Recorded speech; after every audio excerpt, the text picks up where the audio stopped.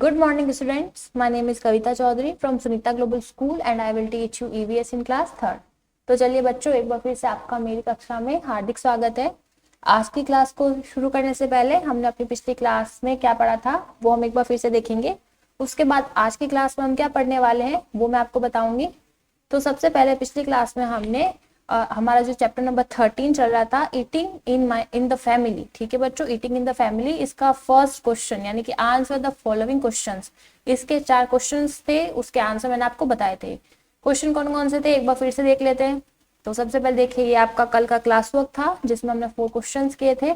First है answer the following question. First question number first, What kind of a diet is required by a growing children? यानी कि जो एक बढ़ता हुआ बच्चा है उसे किस तरह के डाइट की जरूरत होती है। तो आंसर मैंने आपको बताया था, growing children need butter, nuts, eggs, fish, milk, cheese, potatoes, pulses, chapati, rice, a lots of fruits and vegetables in their diet. यानी जो एक बढ़ता हुआ बच्चा है उसे उसको खाने के लिए क्या क्या चाहिए, मक्खन, मेवे, अंडे, मछली, दूध और पनीर, आलू, दालें, रोटी, चावल और खूब सारी सब्जियां और फल उसको अपनी डाइट में चाहिए होते हैं। क्वेश्चन नंबर 2 है, why should old people take light food. Question number 2 क्या था कि जो बूढ़े लोग होते हैं वो हल्का खाना क्यों खाते हैं, वो हल्का खाना क्यों लेते हैं। तो आंसर मैंने आपको बताया था, old people can not do much hard work, they need less energy, they can not digest oily and spicy food, so they take light food. तो जो बूढ़े लोग होते हैं वो ज्यादा काम नहीं करते, वो हार्ड वर्क नहीं करते। दे नीड लेस एनर्जी, इसलिए उनको कम ऊर्जा की जरूरत होती है। दे can not digest oily and spicy food, वो ज्यादा तेल नुमा और ज्यादा मसालेदार खाना नहीं पचा सकते, इसलिए वो लाइट फूड खाना प्रेफर करते हैं, वो लाइट फूड खाते हैं, हल्का भोजन लेते हैं। उसके बाद question number 3, why are babies feed mostly on milk. यानी ज्यादातर जो बेबीज होते हैं उनको दूध ही क्यों पिलाया जाता है। आंसर मैंने आपको बताया था, babies do not have a teeth, they can not chew their food और digest heavy food, they are mostly feed on milk. तो जो बेबीज होते हैं उनके मुंह में दांत नहीं होते हैं और ना ही वो अपने खाने को चबा सकते हैं और ना ही हैवी फूड को डाइजेस्ट कर सकते हैं, भारी खाने को वो नहीं पचा सकते, इसलिए उनको ज्यादातर दूध ही पिलाया जाता है। उसके बाद नेक्स्ट क्वेश्चन है question number 4, what type of food is needed bye a sportsman. यानी कि जो एक स्पोर्ट्समैन होता है उसको किस तरह के खाने की जरूरत होती है। A sports person need fish, eggs, milk, butter and potatoes beside fruits and green vegetables, pulses, rice, etc. in his her food। यानी कि जो एक स्पोर्ट्समैन है, एक खिलाड़ी है, उसे अपने खाने में किस किस की जरूरत होती है, मछली, अंडे, दूध, मक्खन, आलू, इसके अलावा फल और सब्जियां, दालें, चावल और भी खाने की जरूरत होती है, खाने की चीजों की जरूरत होती है। तो ये तो हमने अपने कल की क्लास में पढ़ा था। आज की क्लास में हम इस चैप्टर के जो क्वेश्चन नंबर 2 यानी कि जो ट्रू फॉल्स है वो पढ़ेंगे। तो आज की क्लास को शुरू करते हैं। Mark the following statement as a true T और अ फॉल्स एफ। यानी कि आपको यहाँ पर कुछ स्टेटमेंट दिए गए हैं, कुछ बातें लिखी गई है, उनको आपको पढ़ना है, समझना है और फिर बताना है कि ये बात सत्य है, ट्रू है तो उसके लिए टी लिखना है, अगर गलत है, फॉल्स है तो उसके लिए आप एफ लिखोगे। First question, all of us eat the same kind of food. यानी आपसे क्वेश्चन पूछ रहा है कि जो सभी लोग होते हैं वो एक ही तरह का खाना खाते हैं। नहीं, चैप्टर के स्टार्टिंग में मैंने आपको बता दिया था कि जो इन्फेंट्स यानी कि जो बेबीज, शिशु होते हैं, उन्हें अलग तरह का खाना चाहिए, ग्रोइंग चिल्ड्रन को अलग चाहिए, वर्किंग पीपल को अलग खाना चाहिए होता है और एक स्पोर्ट्समैन है उसको अलग तरह का खाना चाहिए और ओल्ड पीपल्स अलग तरह का खाना खाते हैं। तो ये बात गलत है, इसलिए हम लिखेंगे फॉल्स। उसके बाद सेकंड है, infants are feed mostly on milk. और यहाँ पर इन्फेंट्स का मतलब होता है शिशु, छोटा बच्चा। ठीक है, जो बेबी होता है उसको हम बोलते हैं इन्फेंट्स। तो जो इन्फेंट्स होते हैं उनको ज्यादातर दूध पिलाया जाता है, तो ये बात एकदम सही है, एकदम सच है, ट्रू है, तो यहाँ पर हम लिखेंगे ट्रू। थर्ड है, a person not doing much physical activity should eat a lot of butter, eggs and meat. अब यहाँ पर ये जो स्टेटमेंट है वो बोल रहा है कि एक पर्सन यानी एक इंसान जो ज्यादा फिजिकल एक्टिविटी नहीं करना है उसे खूब सारा मक्खन, अंडे और मीट यानी कि मांस खाना चाहिए। तो नहीं, ये बात गलत है, इसलिए हम यहाँ पर लिखेंगे फॉल्स।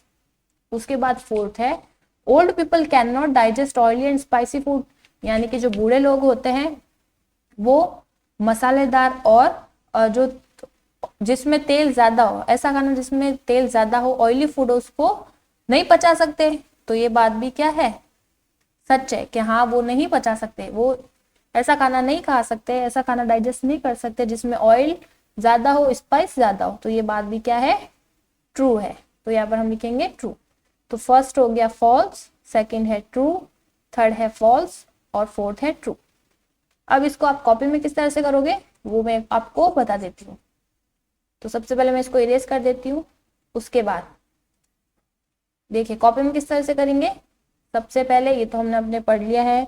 अब देखिए आज का काम यहाँ से क्वेश्चन आंसर होने के बाद वन लाइन लीव करके question number second, mark the following statement as a true T और a false F.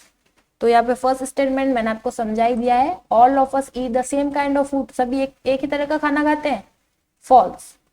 Infants are feed mostly on milk, यानी जो शिशु होते हैं उनको ज्यादातर दूध पिलाया जाता है, ट्रू। अ पर्सन, थर्ड है a person not doing much physical activity should eat a lot of butter eggs and meat, यानी एक पर्सन, एक इंसान जो ज्यादा फिजिकल एक्टिविटी नहीं करता, ज्यादा अपने शरीर को दौड़ाता भगाता नहीं है, ज्यादा काम नहीं करता, उसको खूब सारा मक्खन, अंडे और मीट खाना चाहिए, तो फॉल्स।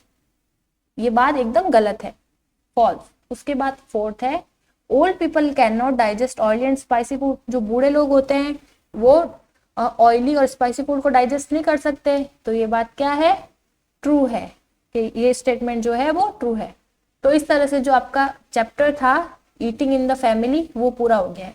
ठीक है बच्चों, क्वेश्चन आंसर हमने कर लिए, इस चैप्टर के डिफिकल्ट वर्ड्स किए और आज की क्लास में हमने ट्रू फॉल्स किए हैं। अब उसके नीचे कुछ प्रोजेक्ट सेशन है, उसके बारे में हम थोड़ा डिस्कस कर लेंगे, पढ़ लेंगे कि क्या दे रखा है।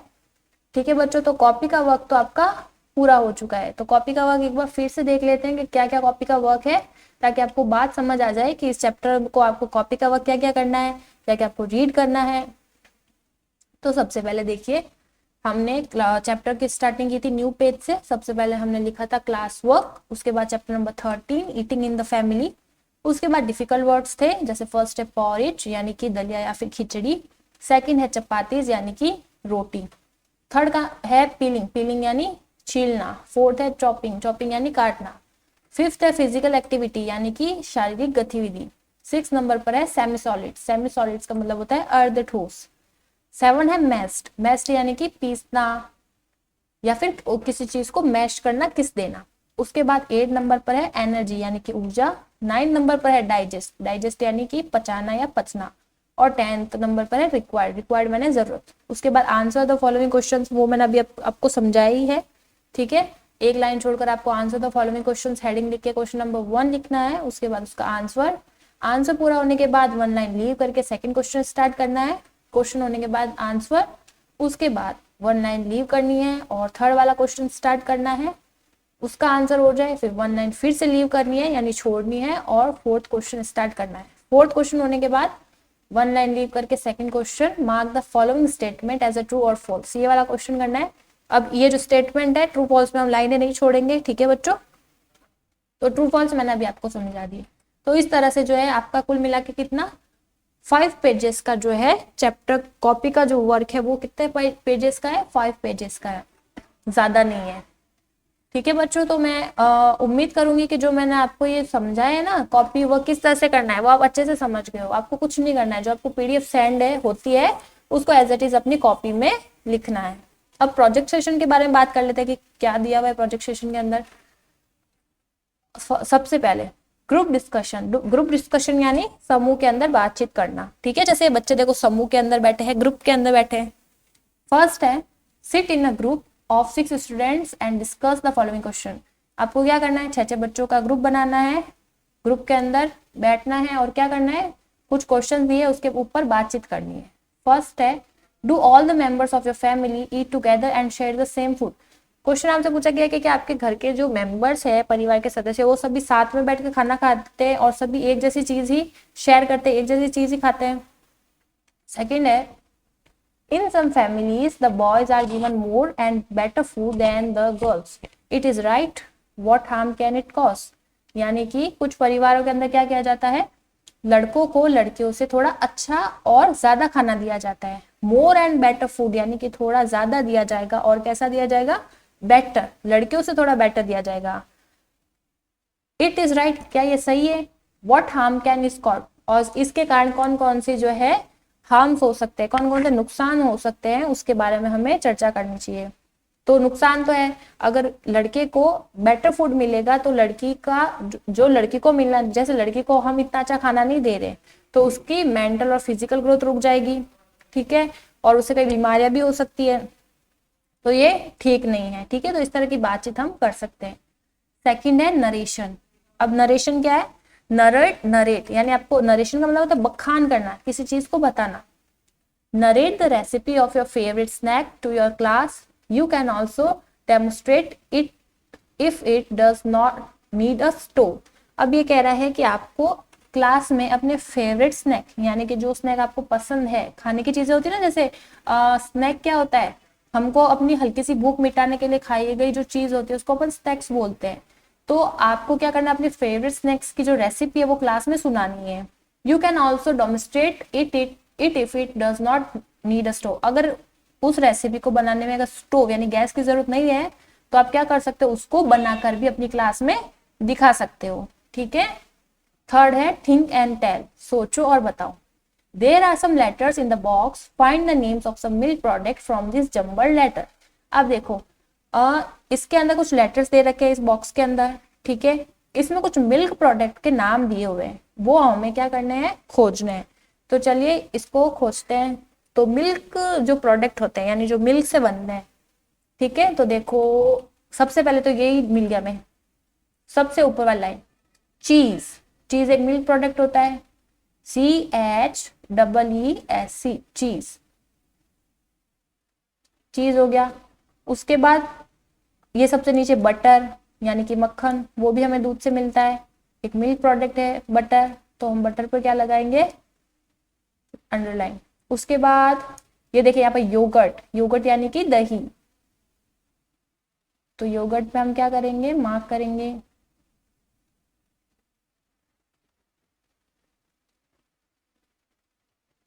उसके बाद है ये देखिए, और क्या हो सकता है, घी, घी भी हमें मिल्क से ही मिलता है, तो ये देखिए ये क्या हो गया यहाँ पर, एक और प्रोडक्ट घी। उसके बाद और क्या हो सकता है, एक पास ही में देखो क्रीम, क्रीम भी हमें दूध से मिलती है, तो क्या हो जाएगा, क्रीम। और उसके अलावा और कोई प्रोडक्ट नहीं है, ठीक है। अगर आपको मिलते हैं तो आप ढूंढ के इसको अंडरलाइन कर देना। तो कौन कौन से प्रोडक्ट हमने मिल्क प्रोडक्ट ढूंढे, चीज, क्रीम, घी, बटर और योगर्ट। चीज मैंने जो पनीर होता है, क्रीम जो क्रीम होती है, ठीक है, जो दूध की मलाई से बनाई जाती है, घी, घी भी हम दूध में मलाई निकाल के बना सकते हैं, योगर्ट यानी कि दही, और बटर यानी कि मक्खन। अब नेक्स्ट क्या दे रखा है वो देख लेते हैं। नेक्स्ट है fourth question, do it yourself, ये अब आपको खुद को करना है। You can learn in this chapter that people of different ages require a different diet. आपने इस चैप्टर के अंदर सीखा कि अलग अलग एज ग्रुप के जो पीपल होते हैं उन्हें अलग अलग तरह के खाने की जरूरत होती है। The diet required by a person also depends on the type of work that he she does. और जो डाइट होती है वो इस बात पे भी डिपेंड करती है, इस बात पे भी निर्भर करती है कि जो डाइट लेने वाला है वो किस तरह का काम करता है। Keeping this factors in mind suggest a diet for the following people. Diet को ध्यान में रखते हुए आपको क्या करना है, यहाँ पे कुछ चीज आपको क्या दे रखा है, कुछ लाइंस दे रखी है, जैसे कि एक 1 ईयर का ओल्ड बच्चा है वो क्या खाना, उसको डाइट में क्या लेना चाहिए, एक स्पोर्ट्समैन या वुमन को खाने में क्या लेना चाहिए, वो आपको बताना है। तो जैसे देखो 1 ईयर ओल्ड चाइल्ड यानी कि 1 साल का बच्चा है, उसको खाने में क्या लेना चाहिए, तो हम लिख सकते हैं सबसे पहले मिल्क, ठीक है, और सेमी सॉलिड्स ले सकता है, और जैसे पॉलीजेनिक खिचड़ी ले सकता है, क्योंकि 1 साल तक लगभग बच्चे के दांत थोड़े बहुत आ जाते हैं, ठीक है। फिर सेकंड है स्पोर्ट्समैन वुमन, एक स्पोर्ट्समैन और वुमन को खाने में क्या लेना चाहिए, अपनी डाइट में क्या लेना चाहिए। फिर थर्ड है अ लेबरर, यानी कि जो एक मजदूर है उसको खाने में क्या लेना चाहिए। आपको पता है मजदूर का काम कितना टफ होता है, ठीक है, वो भी खूब मेहनत करता है, उसकी फिजिकल एक्टिविटी ज्यादा होती है, तो लेबर को भी क्या खाना चाहिए खाने में, उसको भी रिच डाइट मिलनी जरूरी है। फोर्थ है अ सिक मैन। अब एक सिक मैन यानी कि एक बूढ़ा जो इंसान है या बूढ़ा आदमी है, सॉरी, एक बीमार, माफ कीजिएगा, अ सिक मैन यानी कि एक बीमार आदमी। ठीक है बच्चों, अ सिक मैन यानी कि एक जो बीमार आदमी है उसको खाने में क्या खाना चाहिए। फिफ्थ है a student of class third, यानी कि एक क्लास थर्ड का जो बच्चा है जो क्लास थर्ड में पढ़ रहा है उसको अपने डाइट में क्या क्या शामिल करना चाहिए।